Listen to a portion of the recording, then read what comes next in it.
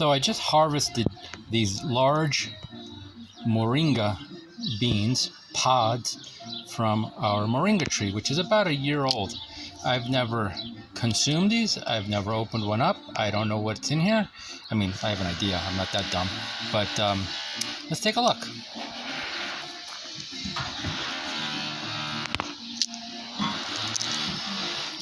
Apparently, Moringa has a lot of health benefits. I know that when I first got introduced to the Moringa bean about 2 years ago, I had heard that people were using it for diabetics. Oh, look at that. It looks like a little chickpea. It looks like a little chickpea. Now, there's a lot of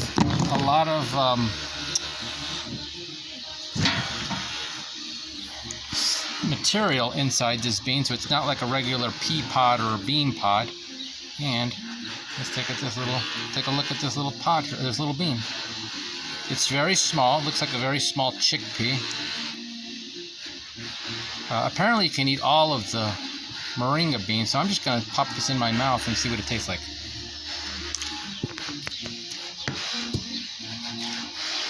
Okay. Wow. Interesting. It tastes like it's slightly bitter, and I think that's because of its age, or maybe because I didn't peel the outside, but it does. It tastes actually like tastes very much like a chickpea.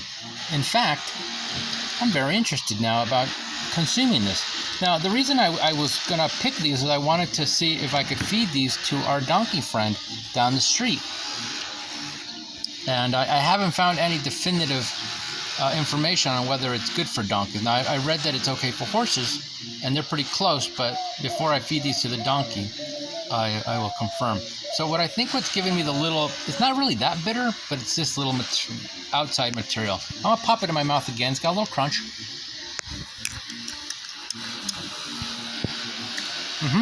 Yeah. It's not bad. Yeah. I think if I had to, I could survive on that. Now, this white stuff, let's see what this tastes like, okay? Take a bite.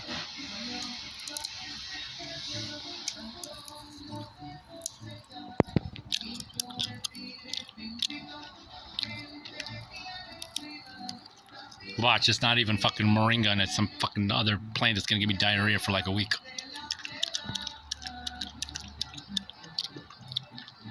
I don't know, that white stuff, this stuffed material I took 3 bites out of here, it's not bad. I could probably eat that. Yeah, I think so. So I don't think there's very many little beans in here for such a big pod. Look at that, it's one little bean. So, got a little crunch to it. It tastes like a chickpea. Very similar. Not exactly similar. I think this would probably be okay for the donkey. I'm gonna do a little more research, see if I can confirm if it's good for the donkeys or not, and then I'll give these to the donkeys as well. I don't think I'll eat these. I think it's a lot more work to get out of one big ass pod. This thing was probably at least 10 inches long, and there's probably 5 seeds in there. And the aftertaste is kind of lingering, but I think that's because I was eating the white stuff. And these are mature beans, so I think if I had picked these maybe like a month or 2 ago, totally different taste. But here again, you can see the little Moringa bean in here. See it? Right there, the seed. Small. Anyways, folks, that's my first experience with a Moringa bean. I still have a weird aftertaste in the back of my throat. I wouldn't say it's like horrible. Kind of tastes like cheap tequila, maybe. Cheap tequila and maybe a little bit of soap. And it's a very tannin tasting flavor. And then a little bit of sweetness actually to it. So it's not like a really, I'm not going to say, hey, this is awesome flavor. Let's, throw down on these things and eat a whole bowl of these things. No, I don't think so.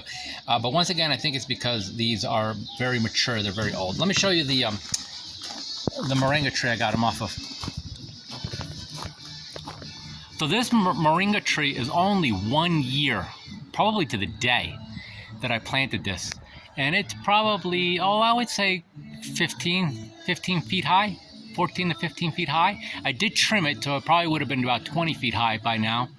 And you can see the base here. I'm going to remove this tree. I'm not a big fan of this moringa. Or what I might do is I might just to hack it maybe about 7 feet, maybe cut 5 feet off of it and let it re-sprout again. And I think I might start consuming the leaves. Here's the leaves. You can see the little leaves here. Now I haven't eaten any leaves. Let's try a leaf.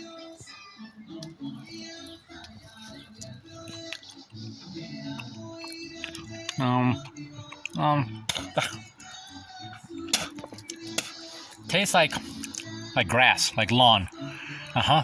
Like that shit that gets stuck underneath the blades and it clogs the blades up. That's exactly what it tastes like. So once again, it's probably because it's not, I don't know, maybe it's because they're old. The leaves are old and dry, maybe smaller, tender leaves would be better.